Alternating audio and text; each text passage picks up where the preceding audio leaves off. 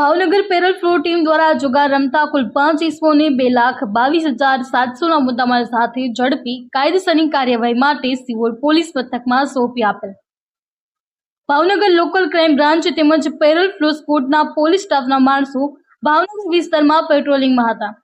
જે દરમિયાન પોલીસ સ્ટાફને બાતમીરાએ હકીકત મળેલ કે નેસડા ગામની સીમમાં તળાવ બાજુમાં આવેલ આલાભાઈ આહિરની વાડીના શેઢે આવેલ ઇલેક્ટ્રિક લાઇટના થાંભલા નીચે જાહેરમાં ખુલ્લી જગ્યામાં લાઇટના અંચવાડે અમુક ઈસમો પૈસાના પાના વતી 3 પત્તીનો હાર જીતનો જુગાર રમે છે.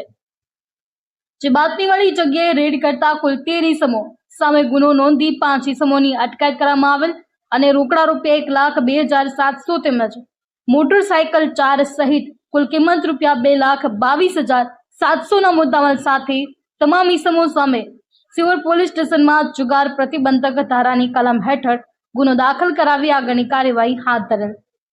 અશ્વિન ગોહેલ, જીએ ન્યૂઝ, ભાવનગર.